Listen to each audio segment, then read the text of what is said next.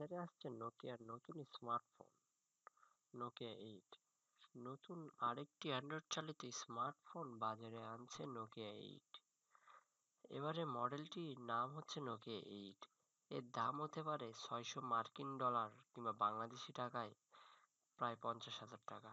এর আগে Nokia 356 model বাজারে এসেছে।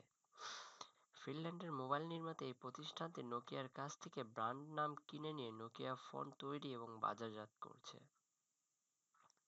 প্রযুক্তি বিশ্বে নোকিয়ার নতুন দুটি স্মার্টফোন ঘিরে রয়েছে গুঞ্জন তৈরি হয়েছে।